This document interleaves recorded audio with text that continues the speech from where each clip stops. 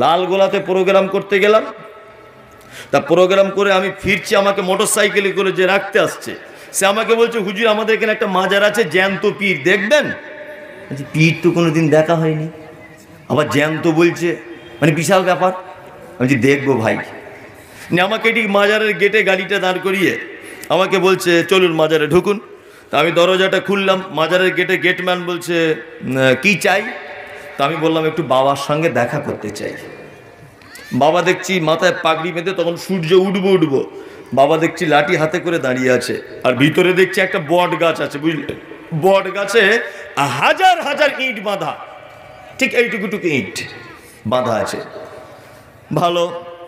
তা আমি বাবার কাছে গিয়ে বলছি আসসালামু আলাইকুম। তা বাবা আমাকে বলছে ওয়ালাইকুম আসসালাম। এটা একদম সত্যি ঘটনা বলছি, বানানো নয়। তা আমাকে বাবা বলছে আপনি কি চান? আমি বললাম কি পাওয়া যায়? ঠিক এই উত্তর, কি পাওয়া যায়? তা বলছে আমাদের দরবার থেকে কেউ ফেরত যায় না। তাই বললাম বাবাই বট গাছের সিস্টেমটা কেমন এরকম দেখছি, যেন ইট ঝোলানো, সব কি ব্যাপার? লাল সুতো আর কালো সুতো, ইট অজস্র ইট ঝুলছে।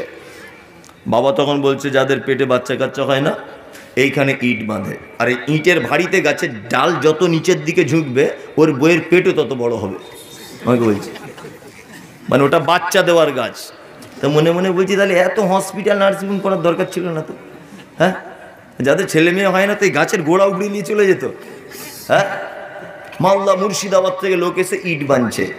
তা আমি বাবাকে বলছি বাবা কি পাওয়া যায়? তখন ও ঘাবড়ে গেছে, আর আমিও তো বড় পাঞ্জাবি পরে আছি। তাই বলছি বাবা একটা ছোট্ট আবদার আপনার কাছে করব, যদি কিছু মনে না করেন। তো বলছে করুন, নিশ্চয়ই পূরণ হবে। আমি বললাম আমি ওই আপনার এমপিএস করতাম, সারদার যে কাণ্ডে যে লক্ষ লক্ষ টাকা চিট ফান্ড হয়ে গেল, এমপিএস বলে একটা কোম্পানিতে ফান্ডে মানুষ টাকা জমা দিত। তাই বলছি বাবা আমার এই ফান্ডের টাকাগুলো তো সব কোম্পানি চোট করে নিয়েছে, এখন কাস্টমার আমার বাড়িতে এসে সব টাকা দা করছে, তা আমি টাকা দিতে পারছি না। তো আমার 16-17 লাখ টাকা ঘাটতি আছে, যদি টাকাটা দিয়ে দিতেন আমি খুব তাড়াতাড়ি চলে যেতাম। তখন বলছে ওটা পাওয়া যাবে না এখানে। বলছে ওই হারামখোর, মানে বলতে পারিনি ওকে ভয়ে, মনে মনে বলছি হারামখোর, বিহারের মেয়ের বাচ্চা তুমি ইট মেদে বট গাছ থেকে দিতে পারছো, এত তোমার পাওয়ার, আর তুমি এই টাকাটা আমাকে দিতে পারছো না? হ্যাঁ, সব চিটিংবাজ, বাটপার, দাগাবাজ। আল্লাহ বলছেন ওয়াল আনসাব, দেব দেবী, কোন মাজার, কোন খানকা, কোন হুজুর কারুর কাছে নয়, অভিযোগ আল্লাহকে বলো। বড় ছেলে ক্যান্সার রোগে আক্রান্ত, আল্লাহ রসুল বলছেন কামা ফিন্নাস আন্নাসুন নিয়াম, রাতের বেলা সবাই যখন ঘুমিয়ে যায় তুমি তখন মসজিদে গিয়ে একেবারে লুটিয়ে পড়ো আর আল্লাহকে বলো আল্লাহ পৃথিবীর সব থেকে বড় চিকিৎসক তুমি, তুমি ভালো করে দাও, তুমি চাইলে আমার বেটা ভালো হয়ে যাবে। এটা কে করতে পারে? কে? আল্লাহ। এবার একটা জিনিস আপনাকে বোঝায়। আচ্ছা বলুন তো, হযরত আবু বকর ওমরের নাম শুনলে কি বলি? বলুন রাদিয়াল্লাহু তাআলা আনহু। বাংলা মানে আল্লাহ তুমি তার উপর রাজি হও, তুমি তার উপর খুশি হও, তাই তো? আচ্ছা এবার বলুন হযরত মুহাম্মদের নাম শুনলে সাল্লাল্লাহু আলাইহি সাল্লাম, বাংলা মানে কি? আল্লাহ তুমি তার উপরে শান্তি বর্ষণ করো, তাই তো? এবার বলুন আবু বকর, ওমর, উসমান এই চারজনকে একটা পাল্লাতে তুললাম, আর হযরত মুহাম্মদ সাল্লাল্লাহু আলাইহি সাল্লামকে একটা পাল্লাতে তুললাম। আচ্ছা বলুন তো কোন পাল্লাটা ঈমানের দিক দিয়ে, সম্মানের দিক দিয়ে ভারী হবে? কথা বলুন। মুহাম্মদ সাল্লাল্লাহু আলাইহি ওয়াসাল্লামের। এবার আপনাকে বলছি সারা ভারত, পাকিস্তান আর বাংলাদেশ যত পীর আছে সমস্ত পীর সাহেবদের একটা পাল্লাতে তুললাম, আর আবু বকরকে আর ওমরকে, উসমানকে একটা পাল্লাতে তুললাম। বলুন তো কোন পাল্লা ভারী হবে? আবু বকর, ওমর, উসমান। এইবার আপনাকে বলছি আবু বকর, ওমর, উসমান আর পীর সাহেবরা যত আছে আর যত আলেম ওলামা আছে সবাইকে একটা পাল্লায় তুললাম, আর হযরত মুহাম্মদ সাল্লাল্লাহু আলাইহি সাল্লামকে আলাদা একটা পাল্লায় তুললাম। বলুন এইবার কোনটা ভারী হবে? মুহাম্মদ সাল্লাল্লাহু আলাইহি সাল্লামের ভারী হবে, তাই তো? তার মানে বোঝা গেল পৃথিবীর সব থেকে দামি লোক, সব থেকে সুপার কোয়ালিটি তিনি কে? মুহাম্মদ সাল্লাল্লাহু আলাইহি সাল্লাম। এবার বলুন মুহাম্মাদের নাম শুনে বলছি সাল্লাল্লাহু আলাইহি ওয়াসাল্লাম, আল্লাহ তুমি তার উপরে শান্তি বর্ষণ করো। আচ্ছা, আল্লাহ নবীর জন্য দোয়া করলাম না তার কাছে দোয়া চাইলাম? কোনটা? কথা বলুন। দোয়া করলাম যে আল্লাহ তুমি তার উপর শান্তি বর্ষণ করো।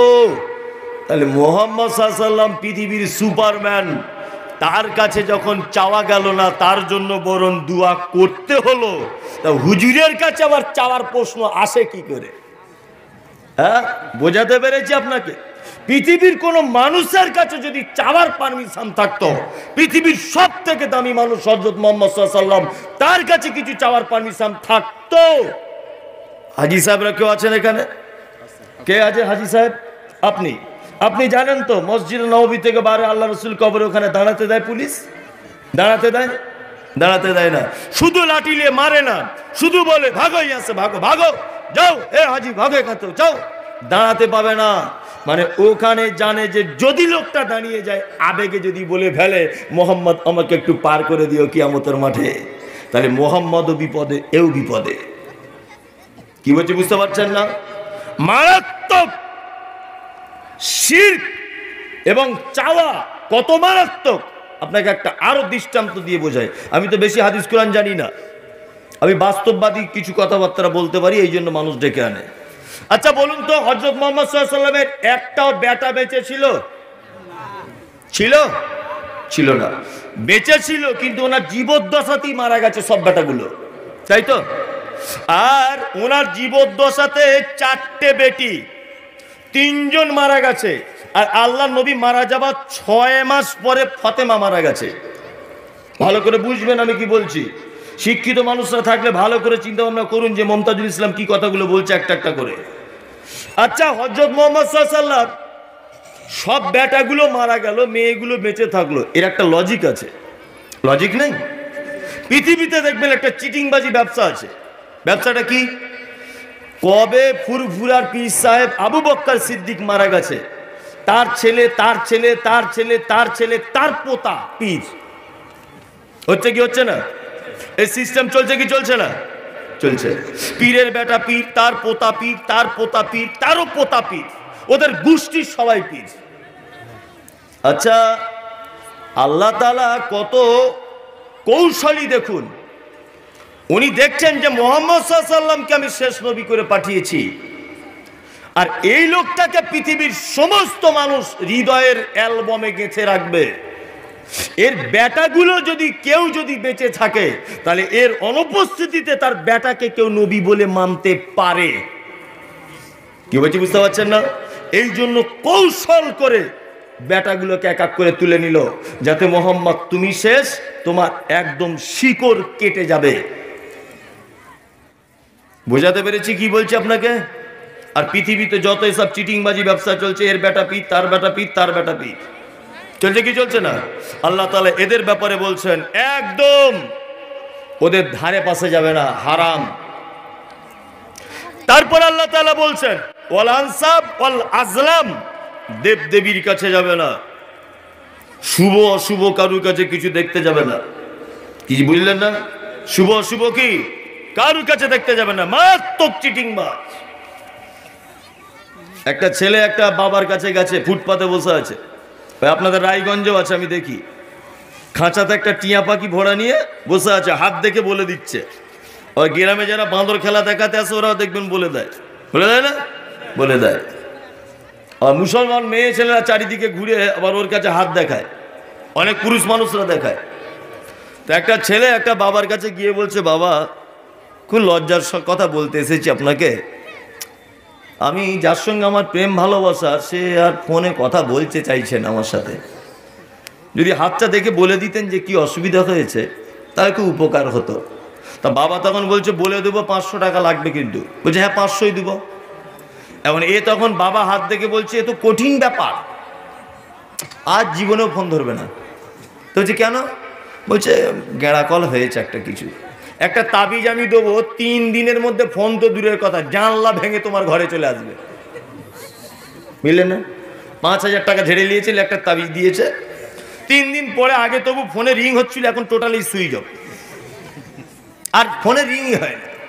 তার ছেলেটা মন টন খারাপ, এসে বলছে বাবা কি হলো? আপনি বললেন জানলা ভেঙে আসবে, আগে তো রিং হচ্ছিল, এখন তো রিংও হয় না।